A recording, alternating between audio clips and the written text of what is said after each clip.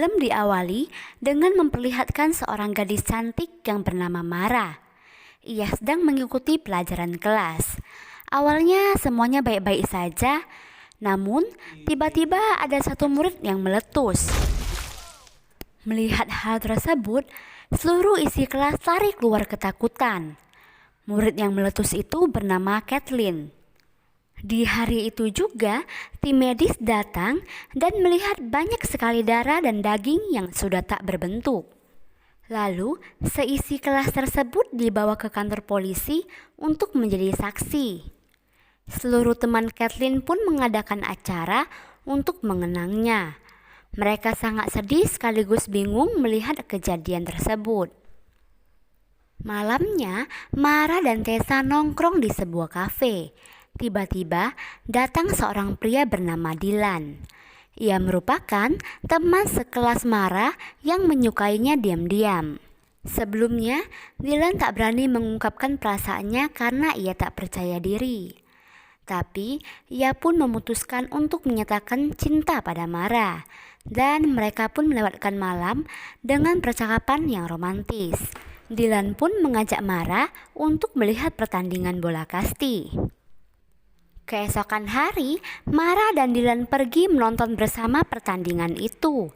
Namun, saat sedang asik-asiknya mengobrol, tiba-tiba pemain di lapangan tersebut meledak.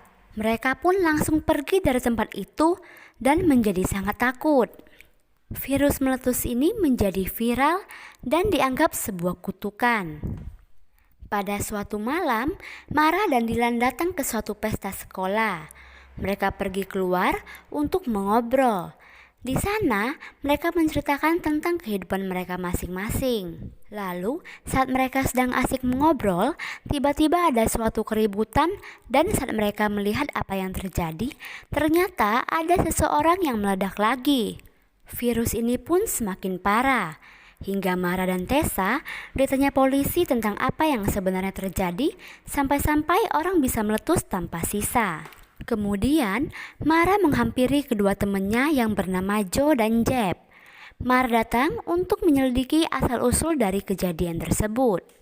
Saat di mobil, Mara menyuruh Dylan untuk berkunjung ke rumah Tessa. Namun, betapa terkejutnya Mara saat itu, tiba-tiba temannya meledak di mobil. Parahnya lagi, kembarannya pun meletus juga, dan mereka mengalami kecelakaan. Tak berapa lama saat di jalan, Dylan melihat ada mobil Joe yang terbalik di pinggir jalan. Ia pun langsung mencari Mara yang jejak tangannya banyak menempel di bebatuan. Dylan terus mencari Mara dan akhirnya ketemu dengan Mara di sungai yang mengalami syok.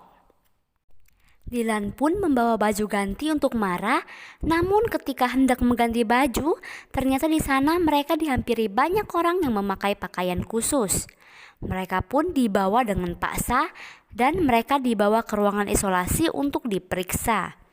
Tak hanya Mara dan Dylan yang diperiksa, teman-teman sekelas Mara juga dicek secara bergantian. Dan mereka semua yang diperiksa pun dikarantina.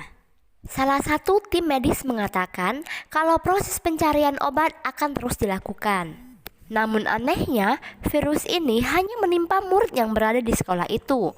Saat mereka mulai kebingungan, tiba-tiba salah satu dari murid di sana meledak tanpa sebab. Virus ini pun semakin menyebar dan membuat orang tua murid menjadi ketakutan. Setelah beberapa hari dilakukan penelitian, akhirnya obat virus ini pun ditemukan. Kabar ini tentunya membuat mereka semua bahagia. Para murid sudah diperbolehkan pulang setelah makan obat itu. Kedua orang tua Mara sangat bahagia karena anaknya baik-baik saja. Beberapa minggu kemudian, semua kembali berjalan normal. Mereka pun mengikuti pelajaran seperti biasa. Saat kegiatan belajar sedang berlangsung, tiba-tiba ada satu temannya meledak. Namun disusul oleh teman-teman yang lain juga meledak. Melihat hal tersebut, mereka pun menjadi panik dan lari ketakutan keluar kelas. Dan di setiap lorong selalu ada yang meledak secara acak. Mara pun terus berlari sampai ia bertemu dengan Dylan.